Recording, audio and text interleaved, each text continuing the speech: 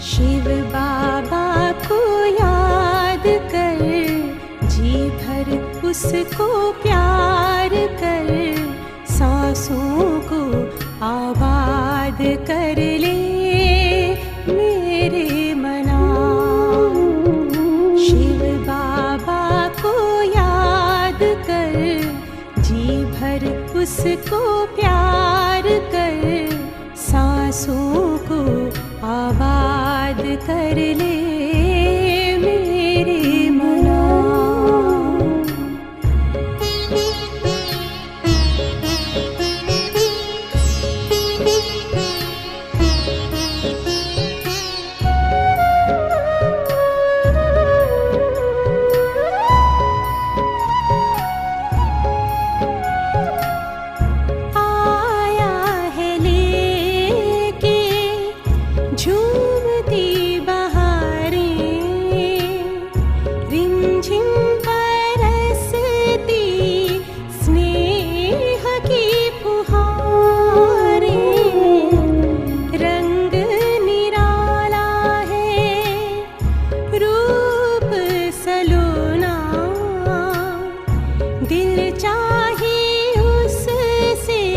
जुदा कब न होना, अब ना इंतजार कर, बैठना हिम्मत हार कर, प्रभु का तू दीदार कर ले मेरे मना।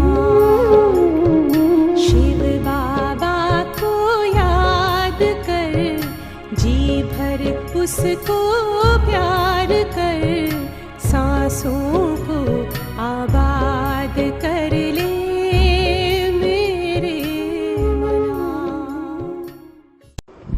ओम शांति, ओम शांति, ओम शांति।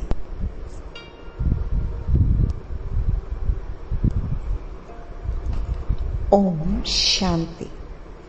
आज मैं आत्मा खुद को एक खुले बगीचे में बैठा हुआ महसूस कर रही हूँ।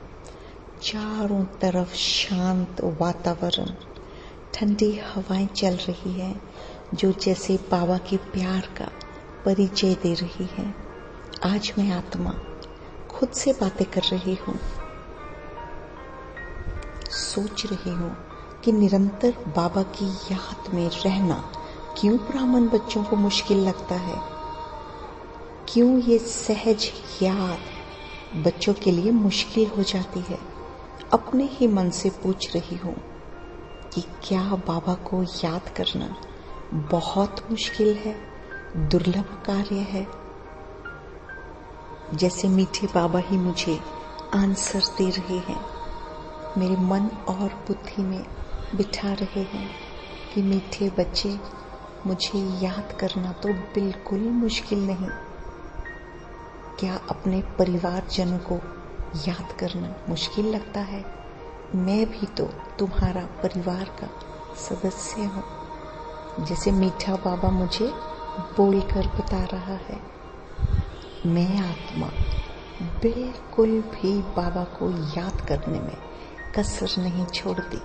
हर समय तरह तरह की ड्रिल करके बाबा को अपने अंग संग ही रखती हूँ।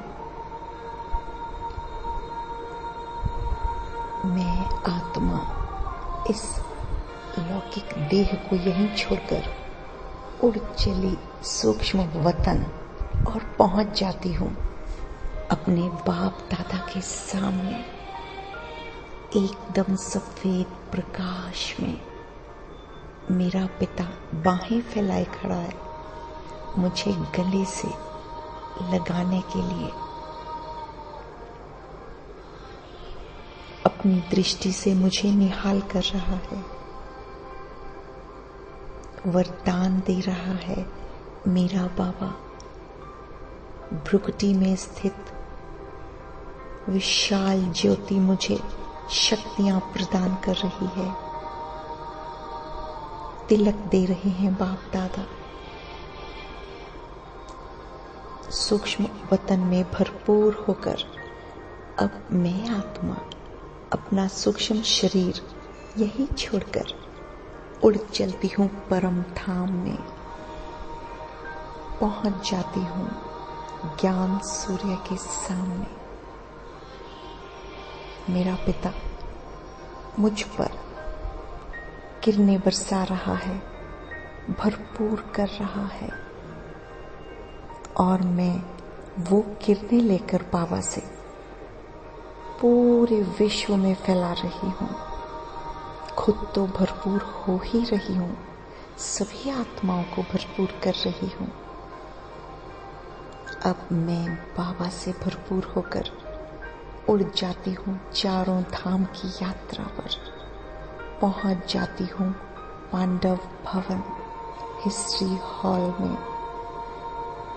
यहाँ मैं अपने सब परेशानियां बाबा को सौंपती हूँ और बाबा की कुटिया में जाकर बाबा से रूह रिहान करती हूँ। कुछ अपनी बताती हूँ, कुछ बाबा की सुनती हूँ। बाबा के कमरे में जाकर प्रतिज्ञा करती हूँ बाप समान बनने की। फिर शक्ति स्तंभ पर आकर बाबा से शक्तियाँ लेती हूँ। सामने जैसे बाबा प्रत्यक्ष दिखाई दे रहे हैं, उनके गले लग जाती हूँ। बाबा से शक्तियाँ लेकर पहुंच जाती हूँ वापस परम धाम में, अपने अनादि स्वरूप में। शांत माहौल में नन्ही सी बिंदी चमकता सितारा, मेरा अनादि स्वरूप। अब ये सितारा अवतरित होता है सतयुग की धरा पर। चारों ओर खुशहाली खुशहाली। मैं आत्मा महाराजा का, महारानी का रूप बनती हूँ। देवताई चोले में जन्म लेती हूँ सतयुगी धरा पर। अब पहुंच जाती हूँ अपने आदि स्वरूप सतयुग में।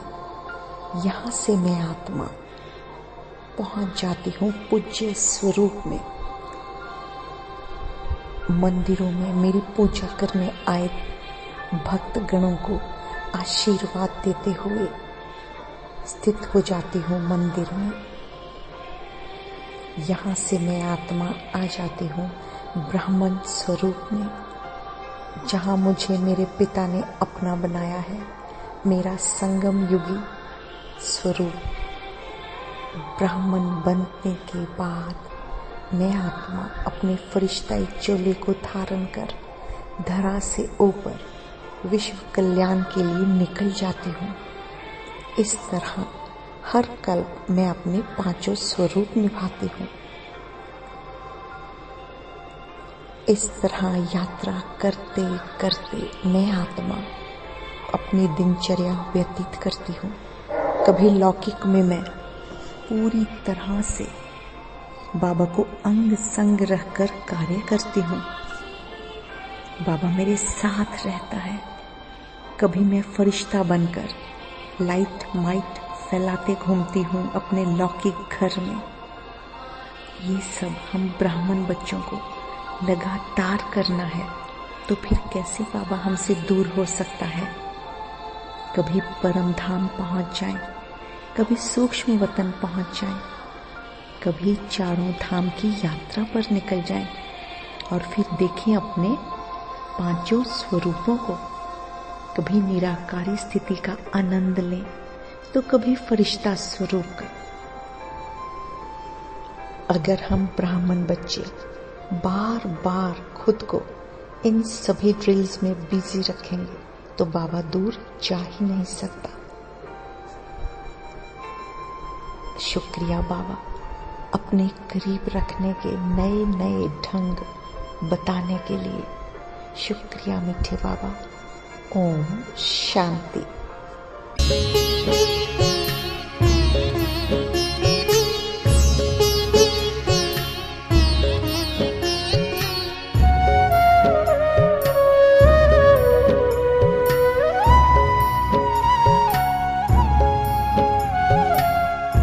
या